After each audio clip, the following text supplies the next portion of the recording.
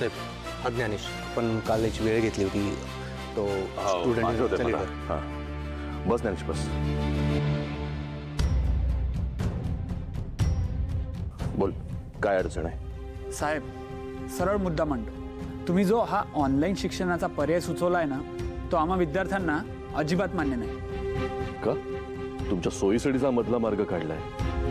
कॉलेजला न येता घरी राहून तुम्ही तुमचं शिक्षण सुरू ठेवू शकता. साहेब, ही सोय नाही, ही आमची गैरसोय आहे. कशी? काय ना साहेब, आमची निम्मी मुलं ग्रामीण भागातनं आले आणि ती हॉस्टेल सोडून जर घरी गेलीत तिथे ना नीट रेंज असते ना वीज. आणि मुळात जे विषय प्रॅक्टिकलवर अवलंबून आहेत त्यांचं काय? हे बघ, परिस्थिती समजून घे. गॅसचा तुटवडा आहे. जर का मेस चालवता नाही आली तर तुम्हाला खायला काय देणार हा प्रशासनासमोर मोठा प्रश्न आहे. बरोबर आहे साहेब तुमचं, पण मेडिकल, इंजिनिअरिंग, सायन्स या 3 महत्त्वाच्या शाखांची मुलं तिथे आहेत. आता डॉक्टरकीचं शिक्षण काय लॅपटॉपच्या स्क्रीनवर बघून पूर्ण होतं का? आणि अशा ऑनलाईन शिक्षणाने एखादा डॉक्टर झालाच आणि त्याच्या अर्धवट ज्ञानामुळे एखाद्याचा जीव गेला, मग त्याला जबाबदार कोण? तुम्ही की तुमचं प्रशासन?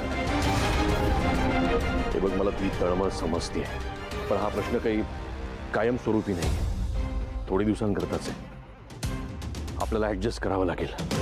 हे बघा साहेब, ॲडजस्टमेंट करून शिक्षण होत नसतं.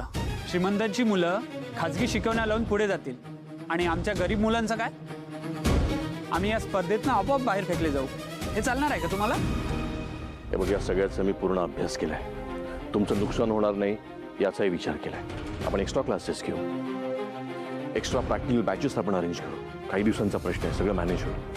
पण ज्ञानेश, खरं सांगू, ज्या आक्रमकपणे तू या विद्यार्थ्यांचे प्रश्न मांडतोस ना, ते मला आवडलं. पण कधी कधी प्रश्नांना फक्त आक्रमकपणे सामोरं जाऊन चालत नाही, तर समोरच्याला समजून घेण्याइतकी समजूतदारपणाची उंचीही असावी लागते. नेता फक्त गर्दीचा नसतो, तो परिस्थितीचाही असावा लागतो. साहेब, तुम्ही तुमच्या जागी योग्य असाल, पण मी माझ्या जागी 100% बरोबर आहे.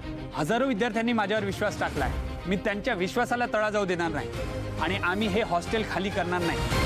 आणि मुळात तुम्ही आमची भूक भागवू शकत नसाल ना, तर नका भागू, पण आमच्या ज्ञानाची भूक अशी अपूर्ण ठेवू नका.